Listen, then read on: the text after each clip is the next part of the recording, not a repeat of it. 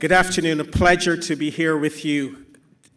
Friends, today we stand at the precipice of a truly consequential moment in our collective efforts to fight the climate crisis.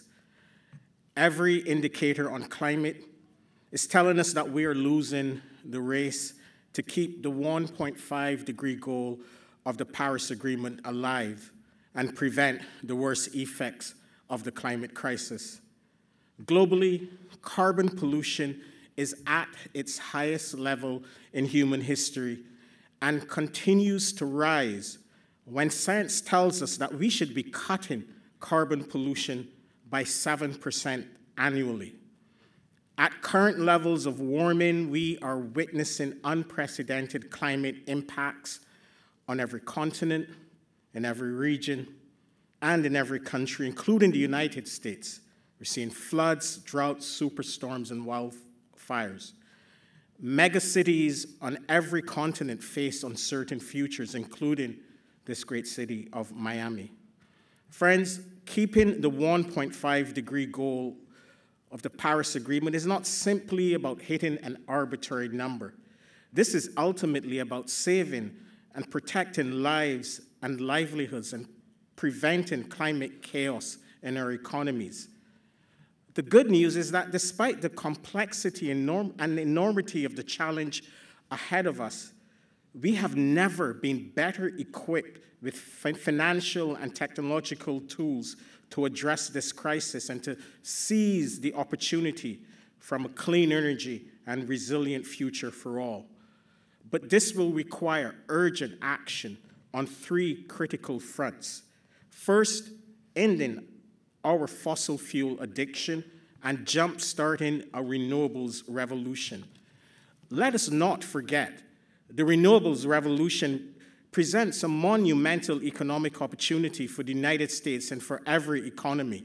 But we need to remove the obstacles to ensuring fair and just transitions all over the world. The obstacles are well known. The most pervasive are the high costs of capital, access to critical technologies and critical raw materials, and policy and regulatory barriers. And these obstacles are not insurmountable. The cost of capital for renewable investments could be as much as 7 times higher in the developing world. We don't lack the finance or liquidity in the global financial system to hit the $4 trillion needed a year for renewable investments in the developing world. We know that the bulk of these investments must come from the private sector. This is why we need the multilateral development banks and other sources of public and low-cost finance to step up and step in and work with private finance to get the money flowing to make these investments affordable and bankable. Major reform of the international financial architecture and the multilateral development banks like the World Bank is urgently needed. They need to overhaul their business models to be more creative and risk-taking. We also need the providers of private capital and credit rating agencies to significantly improve how they perceive and measure risks in developing countries, especially in Africa. And we need to remove the barriers to technology and knowledge sharing on critical technologies such as battery storage and make them essential and freely available global public goods.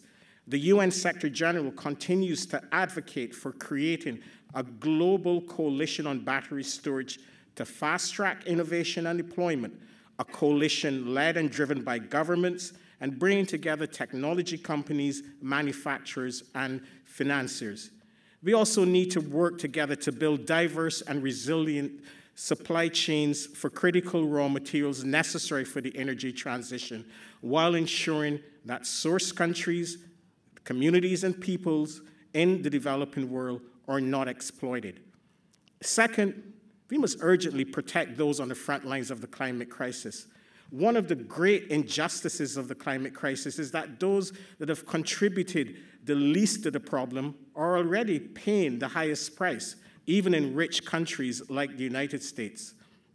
Over the past 50 years, close to 70% of all deaths from climate-related disasters have occurred in the least developed countries, the 46 poorest countries in our world, home to 1 billion people, and these countries emit less than 4% of global emissions annually, the emissions of Japan.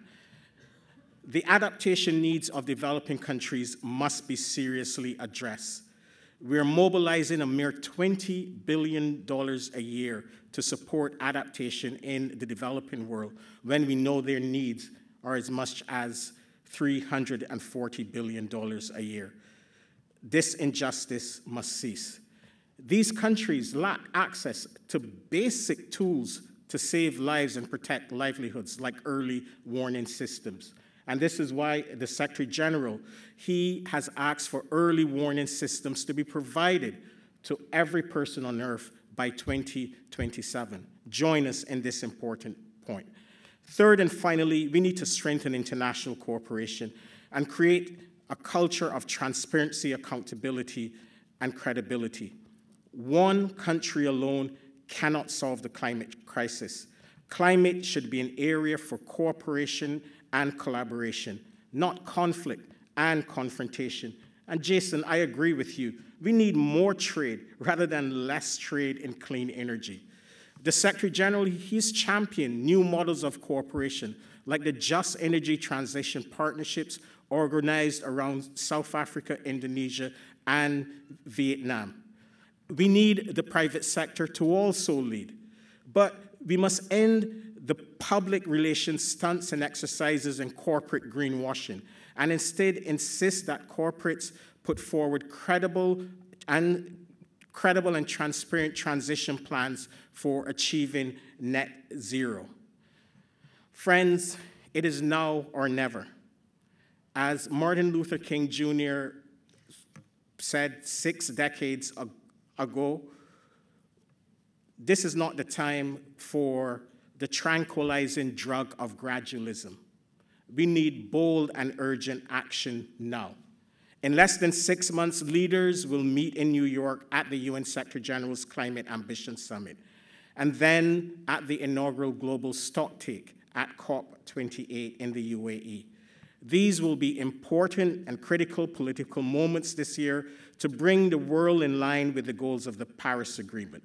And we have stark choices ahead of us: climate chaos or a prosperous, sustainable, and resilient renewable energy future for all. The solutions and the pathways to securing this future are before us.